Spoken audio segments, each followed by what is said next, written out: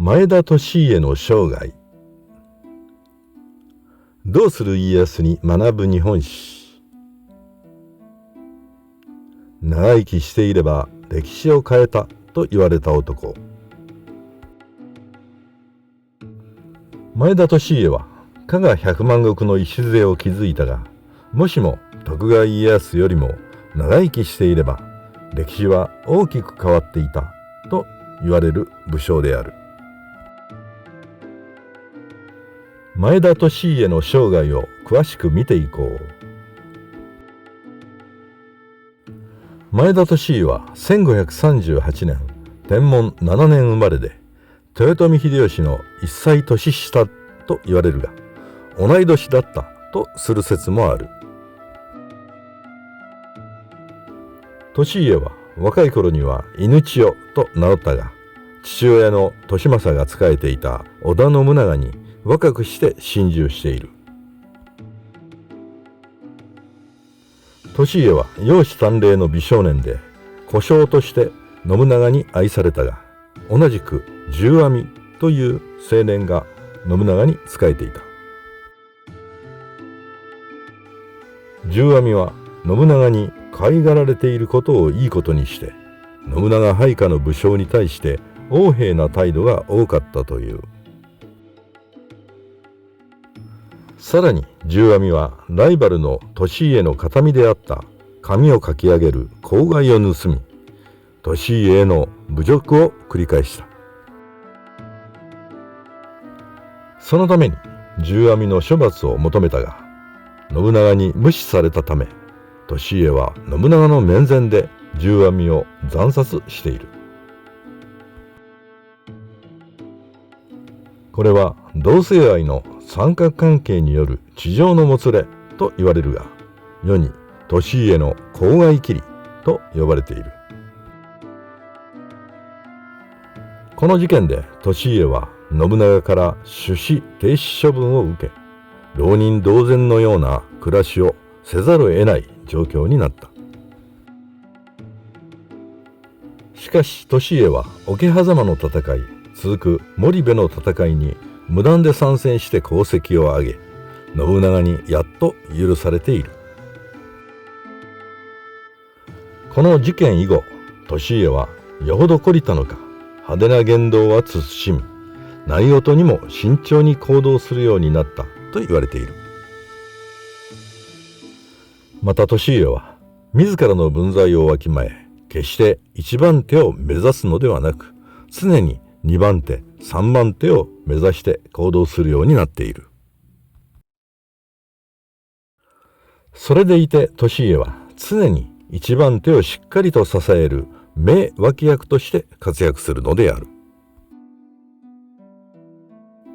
前田利家が信長をはじめ秀吉や家康の天下人に愛され信用され続けた秘密がここにある。羽柴秀吉と柴田勝家が信長の後継をめぐって対立したとき、利家は勝家の配下、与力衆であった。ところが利家は秀吉とは尾張時代から家族的な付き合いをして親しく、また妻の松とねねも姉妹のように付き合っていた。さらに利家は四女の郷を生まれるとすぐに子供のいない秀吉夫婦の養女としていたため、どちらにつくか悩んだ。ちなみに郷は後に浮田秀家の妻となっている。悩んだ末に利家は戦線から離脱して居城の府中城へ戻って引きこもり、どちらにも味方しない態度を示している。すると勝家は決戦場である賤ヶ岳に向かう途中に府中城に立ち寄って利家に湯漬けを一杯所望した。そして態度を明らかにしない利家に勝家は恨み言一つ言うことなく、懐かしい昔話をしてそのまま立ち去ったという。一方の秀吉は単身で訪れて利家と松を説得している。結局利家は秀吉につき、そのために賤ヶ岳の戦いで秀吉に敗れた勝家はお市の方と北の少女で自害するのである。戦国武将としては人間的には勝家は立派だが、信長の後継者としては秀吉がふさわしいと利家は情に流されず冷徹に判断したと考えられる。利家は秀吉が天下人としての資質があると見抜くなど、人や時流を見る目にも優れていた。また利家は常にそろばんを持ち歩く倹約家でもあった。倹約に努めた利家は、金を持てば人も世も恐ろしく思わぬものなりという言葉を残している。お金があれば人や世間のことを気にすることなく生きていけると子孫に教えたのである。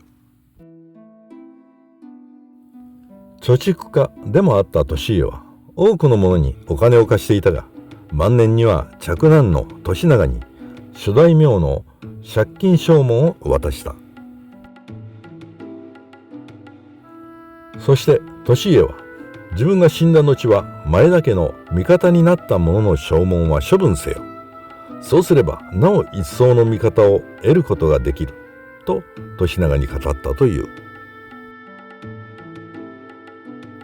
前田利家が戦国時代を生き抜いて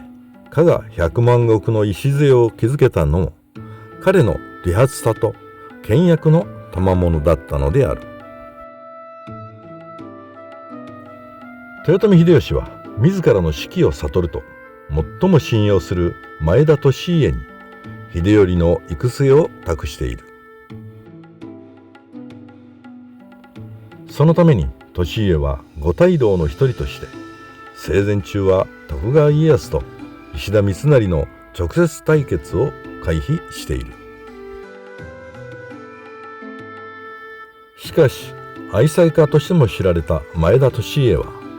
秀吉が死んだ翌1599年慶長4年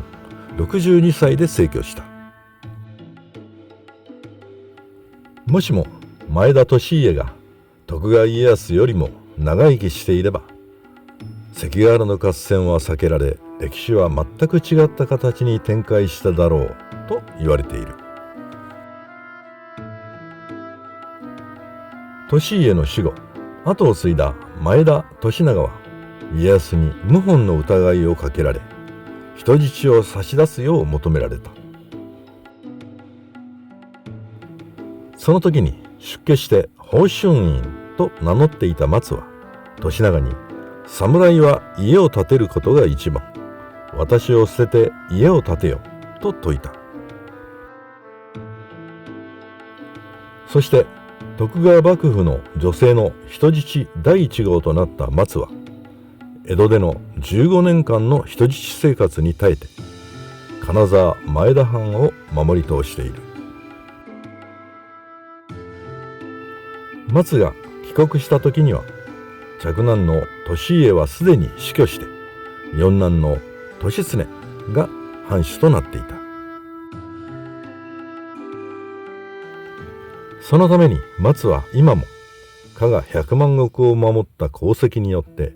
戦国一の女房として前田利家と共に称えられている。